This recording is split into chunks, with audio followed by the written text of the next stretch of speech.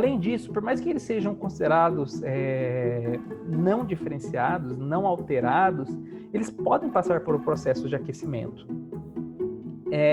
Eles vão formando corpos e eles tiveram aquele aporte de material,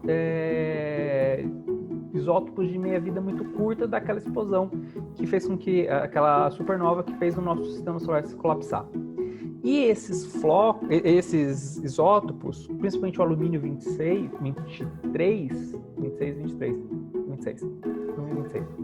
algum dos dois, ele tem uma vida muito curta e quando ele decai, ele libera muito calor. Esse material já se perdeu desde o começo da formação do sistema solar, mas como os corpos ficaram muito grandes e tinha grande quantidade de alumínio, eles decaíram e liberava calor. E a rocha, ela é muito isolante, e esse calor ia se acumulando, e esses corpos podiam derreter. Se eles fossem grandes o suficiente, se eles fossem pequenos, eles poderiam ser afetados por esse calor, chegar em temperaturas muito altas, mas não o suficiente para derretimento. Mas a gente divide em alguns graus de alteração térmica, então muitos corpos são expostos a temperaturas de quase derretimento ou não, isso faz com que as características dos minerais fiquem cada vez mais difusas, mais difíceis de identificar, ou se não sofreram aquecimento, eles podem então ter se formado muito longe do Sol e um leve aquecimento foi só o suficiente para derreter aquele gelo, né, a gente fala da linha do gelo, de forma com que a gente tinha água líquida, e essa água fomentou então aquelas reações de formação daquelas moléculas muito complexas. Então tem percolamento de água por esses meteoritos, fazendo com que os minerais pudessem ser alterados, formando aqueles filosilicatos que eu comentei para vocês. Então, esses tipos de interação, né, a gente tem os 3 grandes grupos de condritos, os enstatitos, os ordinários e os carbonáceos, que vão ser os mais importantes aqui. Os enstatitos, por exemplo, eles são ricos em minerais ricos em magnésio, enquanto que o ferro está sempre na fase metálica. Os ordinários, você já começa a ter alguma oxidação do ferro e incorporação nos minerais. Isso vai fazendo com que a quantidade de ferro metálico vá se diminuindo. E, por fim, nós temos os carbonáceos, onde você praticamente não tem mais ferro metálico e você tem a alteração. O ferro metálico foi todo oxidado e entrado nos minerais e você começa a ter a alteração das olivinas e piroxenos, formando esses fiosilicatos, argilas e outras moléculas que indicam a presença de água, como os sulfetos que foram oxidados a sulfatos, o ferro aparecendo até na forma de óxidos de ferro, hematita, magnetita, fosfatos. Você começa a carbonato. Aproveitar para viajar agora. É engraçado, né, como que as argilas, elas têm propriedades que estão ali no meio do caminho entre o orgânico e o inorgânico, né? Ela é inorgânica, mas como ela tem uma afinidade maior com as coisas orgânicas, né? É engraçado pensar nisso. Aí você, contando essa história da formação, né, dos meteoritos, eu nunca tinha parado para pensar nisso, assim, de como que o processo formativo pode ter organizado todos os minerais e elementos e compostos orgânicos dessa forma, num gradiente, assim, no sistema solar. E justamente por ter esses diferentes ambientes, você vai ter diferentes rochas, diferentes condições que vão ser disponibilizadas para a formação dos grandes corpos. E aí a gente brinca, né, não sei se a gente poderia dizer esse termo, mas uma estratigrafia do sistema solar. O vento solar, né, aquele vento solar rico em hidrogênio, em prótons, em raios ultravioleta, fazem com que os voláteis sejam jogados para longe. A parte mais rica em metal vem para dentro, né, que nem quando você coloca açúcar no café e ele não dissolve, você gira, o açúcar que é pesado forma um montinho no centro, enquanto que aquele que dissolveu, que ele foi levado, se dispersa para longe. E aí você acaba tendo, então, esses meteoritos, que nem os enstatitos, que tem o ferro, ele é mais rico em ferro metálico, ele se forma mais próximo do Sol, que é um ambiente de caráter muito mais redutor, que não permite com que o ferro seja oxidado para ser incorporado aos minerais. Você vai afastando, você vai diminuindo a quantidade de ferro. Você começa a ter esse ferro sendo oxidado e incorporado nos minerais, os condritos ordinários, mas aí você vai ficando cada vez tão longe, que até mesmo a quantidade de ferro total disponível para a formação desse material vai diminuindo. Até o momento que você está tão longe lá É uma coisa bem egoísta, na verdade, foi. Pensando nos nossos projetos. O teor de argila dos meteoritos, ele varia também nesse gradiente, nessa estratigrafia do sistema solar? Ele vai ser alterado, principalmente quanto mais ação de água você tiver. Tá. Só que quando você começa a afastar, você tem os carbonáceos, alguns carbonáceos que são visivelmente formados na parte mais próxima do Sol, principalmente os carbonáceos do grupo vigarano, do CV3, né, que eles mantêm os côndulos, você tem pouquíssimo carbono, você tem pouca alteração por água, e enquanto que meteoritos muito, muito alterados, como o tipo Ivuna, o CV1, os Miguel, o CM1, CM2, que são formados possivelmente muito distantes, às vezes até associados possivelmente a cometas, eles vão ser altamente alterados e temperizados pela água. Você vai ter água percolando, você vai ter deposição hidrotermal, e a tendência é que você tenha uma maior quantidade de filosilicatos. Por conta dessa alteração toda, né? Posso te mandar literatura sobre isso. Eu vou esclarecer para a turma por que eu estou perguntando. Porque eu e o Fanny, a gente entrou numa viagem da argila, né? E eu, por eu ter um aluno que estava trabalhando com fósseis que estavam sendo preservados em argila, pelo conhecimento que eu tenho da fossil-diagênese, vendo como que a argila ela é importante para a preservação dos fósseis, né? Eu fiquei me perguntando se o local mais promissor em Marte, agora, né, ou depois, para se procurar bioassinaturas, não seriam as argilas. Por todas essas propriedades que as argilas têm. Hoje de manhã eu conversei com os alunos, né, Fanny? A gente tem argilas que são muito catiônicas, né? Elas interagem bem com micro-organismos e tal. Quando eu e o Fanny fomos, né, mergulhar nos experimentos, para nossa surpresa, os micro-organismos, eles não estavam produzindo minerais ali nas argilas. A gente conseguiu o sinal químico deles, muito bom até, mas não a textura, né? Que é você ver o mineral ali. A gente foi ver o mineral sendo produzido nas areias.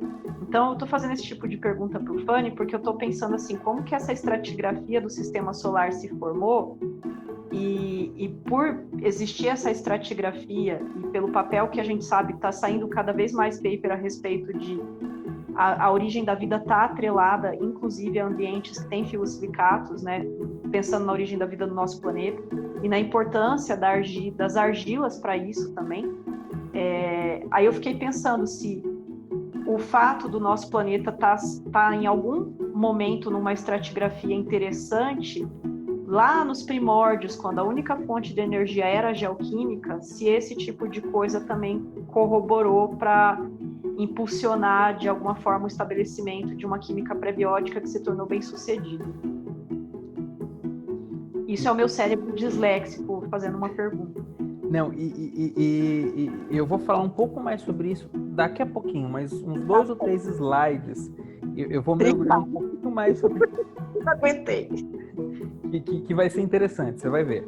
Então, essa estratigrafia, a gente pensa num momento de formação ali, onde você tem muita influência de alguns fatores, mas poucas de outros. Você não tem, por exemplo, grandes alterações de chacoalhadas por ação gravitacional, porque mais ou menos o material ele é mais ou menos bem distribuído. Só que quando você começa a formar corpos, em vez de você ter aquela poeira quase, entre aspas, quantizada, né, que você teria uma distribuição muito bem ordenada, quando você começa a formar corpos grandes, você começa a ter postos gravitacionais muito mais localizados, e aí a mistura começa a acontecer. Então, no começo, nós tínhamos essa certa distribuição. Então, e a gente vê isso na química até hoje, né? Então, os que nós chamamos de instatitos, praticamente nada de ferro oxidado, muito ferro reduzido, você começa a ter oxidação, você começa a ter os ordinários, você começa a ter os carbonáceos, até quando você tem os CMs e os CIs, onde você tem um altíssimo grau de oxidação. Então, isso daqui, por mais que não seja exatamente a distribuição daquela região, mas é mais ou menos a ordem entre próximo do Sol e longe do Sol. Então, esses daqui mais alterados que eu tinha comentado, o CM e o CI. Enquanto que os CV que eu comentei, talvez eles sejam menos aí alterados, menos ricos em filosilicatos. E aí, vamos ver se vai tocar esse gifzinho aqui. Vai. Da onde que surge, então, o que nós entendemos, por exemplo, como a nossa água. Nós tínhamos esses corpos, eles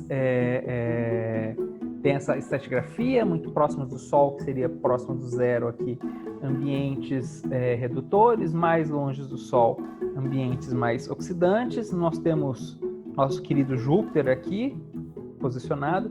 Júpiter passa por momentos de mudança de posição. Nós temos, então, os mais reduzidos e os corpos mais oxidados à direita.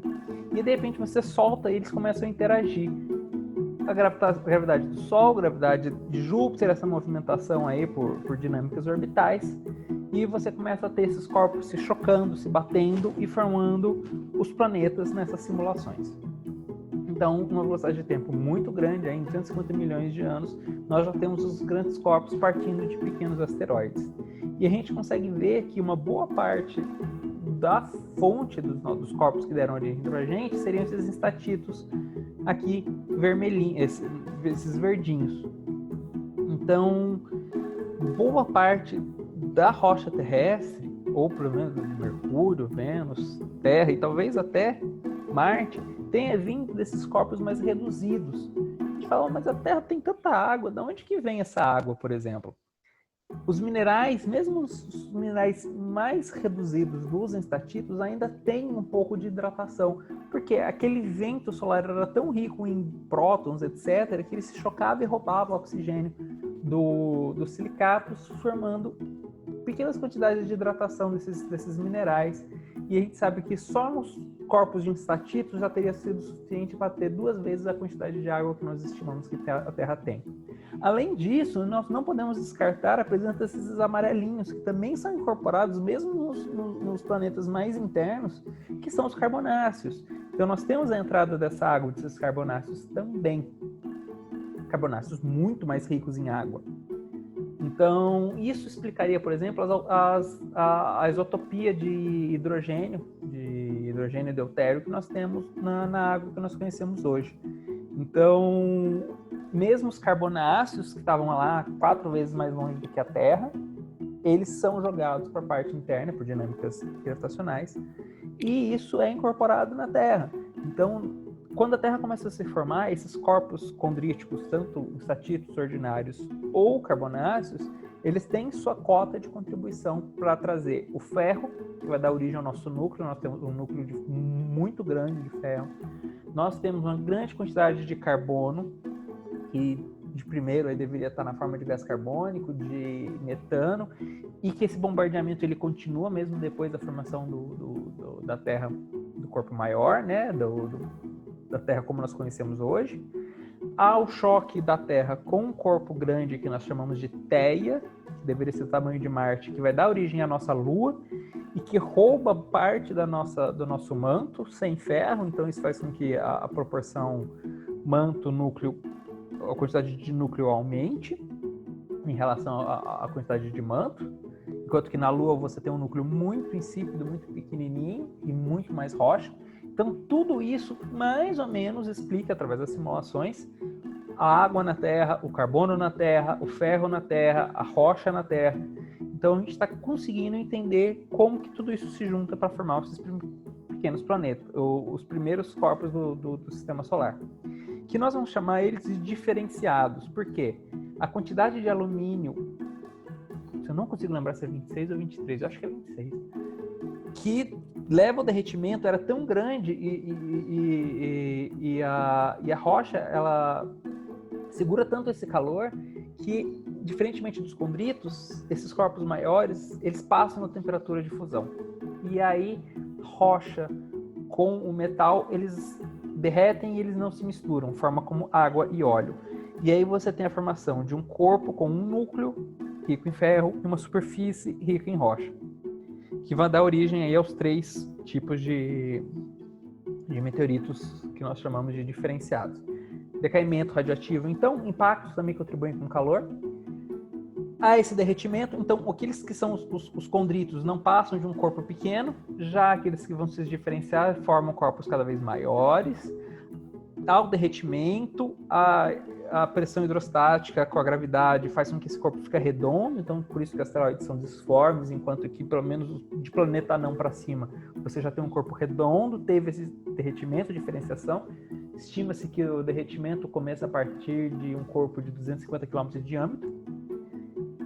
A separação, formação do núcleo, a rocha e metal são água e óleo, o metal é mais denso, vai para o núcleo, a superfície fica rica em rocha. Temos a crosta, então, o manto, que pode estar sólido derretido, e o núcleo. Então, seria como se fosse um modelo de cebola, né? Um asteroide que não é tão grande, nem é grande o suficiente para derreter, mas não é grande o suficiente para manter esse comportamento, esse manto quente derretido, ele se solidifica novamente, e aí você vai ter, então, as origens. Os meteoritos ferrosos vêm do núcleo desse corpo, os acondritos vêm da superfície, e uma pequena região ali de contato entre rocha e núcleo, que a gente vai dar origem a alguns tipos de meteoritos ferro-rochosos. E esse é um processo relativamente rápido, ele derrete e esfria em alguns milhões de anos. Então, vamos dar uma olhada nesses corpos. A superfície desses corpos, todas as rochas que vêm da superfície desses corpos, os côndrulos perdem a forma, porque eles derretem, então a gente chama de acondritos, ou seja, não côndrulos, mas eles são rochosos. E eles podem vir de diversos corpos que passaram por esse processo. Nós não temos até hoje rochas da superfície de Mercúrio ou de Vênus, pelo menos não reconhecidos. Por quê, principalmente? Mercúrio é muito próximo do Sol, uma gravidade muito grande, então tirar um pedaço de Mercúrio e jogar para cá é difícil, mais fácil cair para o Sol. Vênus tem uma atmosfera muito espessa, então isso atrapalha você jogar uma pedra para cima e ela sair da atmosfera, porque ela vai ter muita resistência do ar, além do fato de que a gravidade de Vênus é praticamente igual à gravidade da Terra. Mas nós temos rochas vindo de outros corpos, como o asteroide 4 Vesta, que dá origem a um grupo que nós chamamos de grupo RED, que são os rochas hauarditos, eugritos e diogenitos, que são muito ricos em minerais de plagioclásio, porque o plagioclásio ele é muito mais leve do que o piroxênio e a olivina. Então eles são mais clarinhos, enquanto que o diogenito, que é a parte mais profunda desse asteroide, ele é verdinho porque ele é muito rico em principalmente piroxênio, em olivina. Então a gente tem uma ideia de como que é o manto da Terra, que a gente não tem acesso à parte mantélica, a parte muito aquecida, que provavelmente na Terra é verde. Então, assim, aquilo que não está derretido, né, aquelas rochas que têm muita pressão e temperatura, estão em estado sólidos, provavelmente são verdes, porque são muito ricos em piroxênio e em olivina, que são aqueles minerais que eu mostrei no começo. Já a superfície mais clarinha, muito rica em plagioclásio. Já a gente pode ter também amostras de planetas como fosse Marte. Marte, nós temos muita ejeção de material, porque a atmosfera é rarefeita, a gravidade é menor, acho que é 1/3 da gravidade da Terra, além do fato dela estar próximo ao cinturão de asteroides, ou seja, Marte leva muito impacto, muita pedrada do cinturão de asteroides, que seria o resto da construção daqueles dos planetas, né, por influência de Júpiter. Você tem ressonâncias gravitacionais, e isso impede a formação de um corpo maior, você tem uma sobra muito grande de asteroides. Inclusive, por isso, Marte provavelmente não teve uma massa tão grande quanto da Terra ou de Vênus, e isso levou com que Marte não conseguisse ter hoje uma atmosfera, porque não teve a perda do magmatismo, magmatismo não, mas da tectônica de placas, né? Não teve tectônica, sem campo gravitacional, sem campo magnético, porque o núcleo já esfriou. Então Marte foi um planeta meio abortado ali. Então, Fanny, eu estava lendo esses dias até, porque eu pensei que a tectônica de Marte estava totalmente morta, né? Não tá totalmente, né? Parece que os japoneses, eles viram que se mexe bem devagarinho, né? Bem devagar, quase parando. E que o Monte Olimpo, na verdade, que é aquele vulcãozão, ele tá só inativo temporariamente, porque parece que ele tem um ciclo de 20 em 20 milhões de anos. A gente, como humanidade, nunca chegou a ver uma erupção, mas ele pode acordar, inclusive. Eu não sabia, eu fiquei perplexa com isso. Marte deu muito azar. Se Marte fosse um pouquinho maior, as coisas estavam mais agitadas, a coisa mais animada lá. Mas... Eu tô em mão mesmo, mas... A gente pensa muito em Vênus, né? Vênus tem um tamanho muito parecido com a Terra, tem a questão da atmosfera, mas Vênus, pela proximidade, acabou sendo um planeta que teve um efeito estufa muito grande, né? Proximidade com o Sol, um efeito estufa que também atrapalhou a parte tectônica, né? Porque hoje, mesmo a superfície de Vênus é tão quente que é muito plástico, então você não consegue ter, por exemplo, a tectonismo. Não tem como você ter. Você não tem um ciclo, porque você não tem água na forma líquida, né? Exatamente. Até onde a gente sabe. Então, assim, Vênus deu azar por um lado, Marte deu azar por outro, a gente estava ali no ponto mediano da coisa. E hoje a gente tem amostras de Marte na Terra na forma de meteoritos. Então, Marte saindo naturalmente as rochas de lá, a gente consegue estudar as rochas marcianas, principalmente rochas vulcânicas, né, que são mais resistentes, apesar de que nós sabemos que Marte tem a superfície rochas sedimentares, mas principalmente rochas vulcânicas e rochas vulcânicas com sinais de alteração por água. Então, vou novamente, formação de filosilicatos, deposições hidrotermais, carbonatos, formações de hematita, que dependem da presença de água. Então, nós temos como estudar as rochas marcianas, mesmo sem os carrinhos, porque a gente tem esses meteoritos caindo aqui na Terra.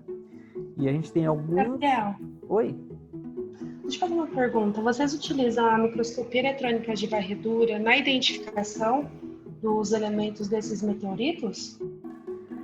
Então, eu nunca trabalhei com a pesquisa exatamente em meteoritos marcianos. Não sei exatamente o passo a passo. A parte principal de identificação de rochas marcianas, ela depende de análise de isotopia gasosa, porque a energia para tirar uma rocha de Marte é tão grande que você chega a fundir o plagioclásio que ainda está presente nessas rochas, formando pequenas bolhas que incorporam a atmosfera marciana.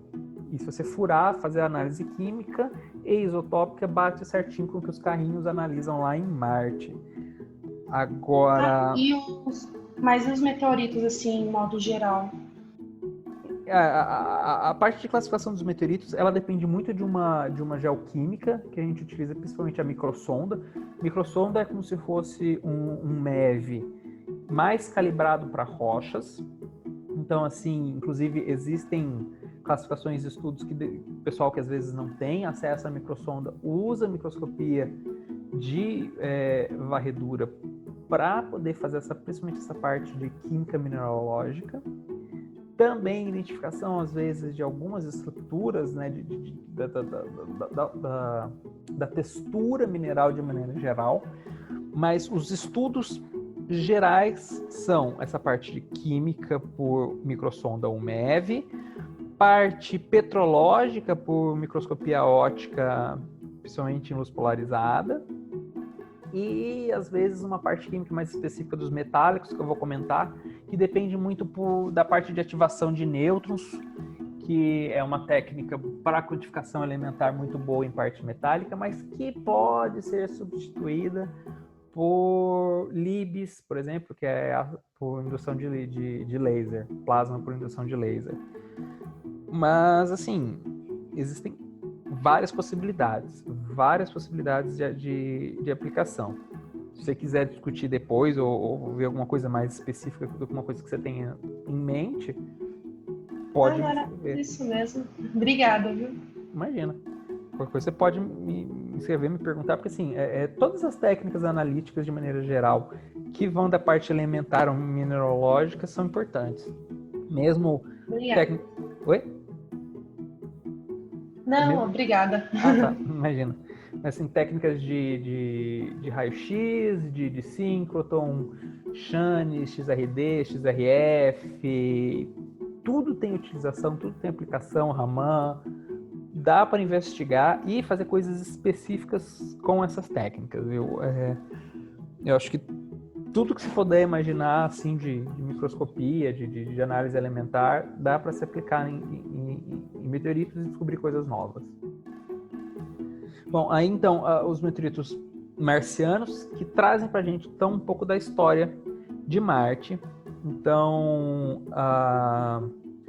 entender a evolução geológica de Marte, tudo bem, a gente não tem como selecionar qual rocha vai cair, vai ser estudado, o que é diferente do que o carrinho vai fazer agora, que ele vai perfurar e tirar amostras de Marte de locais específicos, principalmente de locais de interesse aí para estudo de vida. Então, desde das Vikings, que a gente não mandava uma navezinha com buscas tão focadas no entendimento da possibilidade da presença de vida em Marte. E isso é corroborado muito com essas rochas. Inclusive, esse carrinho que está indo para Marte, vai chegar na cratera Jezero, não sei, em fevereiro, ela leva um pedaço de meteorito marciano como calibração para poder estudar as rochas lá em solo, em loco. Então, muitas técnicas aplicadas nesses carrinhos, monitorização de muitas técnicas muito legais que a gente faz aqui no dia a dia nos laboratórios. Temos também os estudos de rochas lunares que caem na forma de meteoritos. Então, assim, apesar que a gente já recolheu amostras da Lua novamente, a gente tem amostras de locais diferentes, a gente não pode escolher os locais, mas a aleatoriedade traz material de diferentes locais da Lua. A Lua é branquinha porque ela é muito rica em plagioclásio, né? Principalmente um mineral chamado anortita, formando essas rochas que nós chamamos principalmente de anortisitos, que é a parte mais clara da Lua, enquanto que os basaltos, né, são regiões mais antigas da Lua. Esses basaltos são formados no momento que a gente chama de late bombardment, que seria ali alguns milhões de anos depois da formação da Lua, final da formação da Terra e depois já da formação da Lua, você tem um novo pico de choques, de grandes impactos na Terra, provavelmente pelo momento de deslocamento aí da posição de Júpiter. E esse é um momento interessante porque é mais ou menos concomitante, né, a formação desses impactos, a formação desses basaltos com a origem da vida na Terra. Provavelmente ela acontece ali nos primeiros 500 milhões de anos, né? Então entre 4 e 3,5 bilhões de anos atrás, a vida estava surgindo, a vida teve que encarar tudo isso. Provavelmente esses impactos estavam trazendo mais água e mais carbono para a Terra, formando, além das regiões hidrotermais de chaminés, né, em fundos oceânicos, que permitem a formação de moléculas complexas, e tem gradientes de formação de energia, né, de oxirredução, de reações de oxirredução, formando possibilidade de gradientes de energia para formação de cápsulas aí primordiais, uma pré-vida, né, um coacervado pré-vida. Estava tendo esses impactos formando crateras muito grandes, liberando muito calor, e essas grandes crateras aí, eu vou comentar um pouco mais para frente, poderiam também estar abrigando a origem da vida na Terra e também propiciando condições interessantes na Lua. Acredita-se que nesse momento de bombardeamento tenha liberado tanto gás do magma lunar, né, degasificação de magma desse basalto, que a Lua tenha tido naquele momento uma atmosfera 1,5 vezes mais espessa do que a atmosfera que nós temos hoje em Marte. Então a Lua pode ter tido essa atmosfera graças a esse momento de bombardeamento.